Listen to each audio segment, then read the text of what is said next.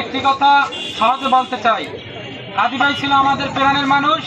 তিনি বাংলাদেশের জন্য লড়ে গেছেন। তাকে হত্যা করা হয়েছে, আমরা আজ পর্যন্ত দেখতে পেয়েছি। হাদি ভাইয়ের হত্যার বিচার করা হয় নাই।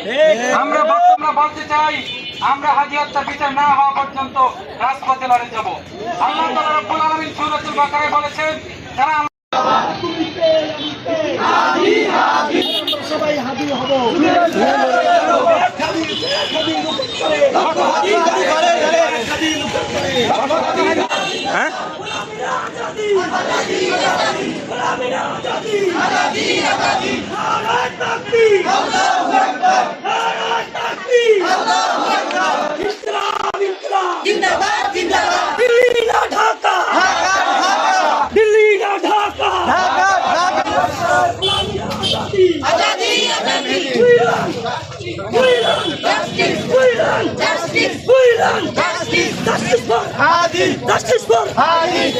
কথা বলতে চাইতেছি আর কি, এই উসমান হাদি আমার ছেলে যখন মারা যায় তখন আমার বাড়িতে উনি যায়, আমাদেরকে সান্ত্বনা দেয়, আমার স্ত্রীকে সান্ত্বনা দেয়, সবাইকে সান্ত্বনা দেয়।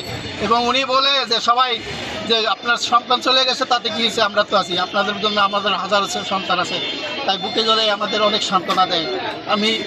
আমি তাকে নিজের ইয়ার থেকে আমি করতেছি, দোয়া করতেছি যে সে একজন খুব ভালো সন্তান ছিল নরসিটিতে, এরকম অকালে মৃত্যুটা আমরা মেনে নিতে পারি নাই, তাই আমি তাদের জন্য দোয়া করতেছি। হ্যাঁ, দ্রুত তার বিচারটা করা হয়, এটাই আর কি সরকারের কাছে দাবি। সকল শহীদের হত্যার জন্য বিচার বাংলাদেশে মাটিতে হয়, এর জন্য সবাই আমরা মানববন্ধন করতেছি যোদ্ধা হিসেবে। এবং এই সরকার, নির্বাচিত সরকারের পরবর্তী সময়ে বিচারের জন্য যে বিক্ষোভ করা লাগতেছে, এটা আমি মনে করি আমাদের জন্য একটা লজ্জাকর বিষয়। এই ইন্টারিম গভর্নমেন্ট যাওয়ার পরে নির্বাচিত সরকার এসেছে, এখন কোন চাপে, কিসের চাপে, কাদের ইন্ধনে হাদি হত্যার বিচারের কোনো অগ্রগতি আমরা দেখছি না, সেটা স্পষ্ট করতে হবে। আমরা এখান থেকে স্পষ্ট দাবি জানাচ্ছি, এটা হাদির মাতৃভূমি, এই উসমান হাদির মাতৃভূমি থেকে আমরা আজকে হুঁশিয়ার দিচ্ছি এবং স্পষ্টভাবে বার্তা দিচ্ছি, যতক্ষণ না পর্যন্ত হাদি হত্যার বিচার সুষ্ঠুভাবে না হবে, ততক্ষণ আমাদের আন্দোলন একের পর এক বেগবান করে তুলবো ইনশাআল্লাহ আমরা।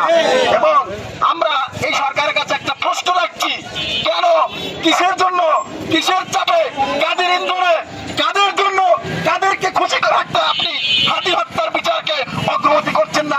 হাসিনা তো এখন মোদির কাছে আছে, খুব সহজ হয়ে গেছে ব্যাপারটা।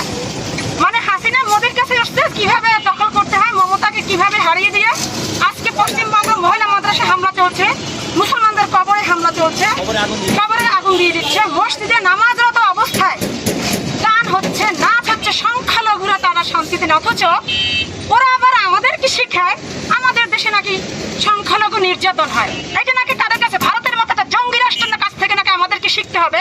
মানবতা কাকে বলে? যেখানে বাংলাদেশ মানবতার উজ্জ্বল দৃষ্টান্ত দেখাইছে, যেখানে বাংলাদেশে মন্দিরগুলো মুসলমানরা পাহারা দিয়ে রাখে, সেখানে ওরা আমাদেরকে শিখায় বাংলাদেশে সংখ্যালঘুরা নির্যাতিত। এখন যেই সুশীলপনা চলছিল, সেই সুশীলরা কোথায়? কোন আওয়াজ তুলে না কেন? পশ্চিমবঙ্গে কি হচ্ছে কোনো কথা বলছে না কেন? আমাদের এই উসমান হাদি স্মৃতি মঞ্চের মাধ্যমে যে কোনো অন্যায়ের বিরুদ্ধে প্রতিবাদ জারি থাকবে, সাংস্কৃতিক লড়াই জারি থাকবে এবং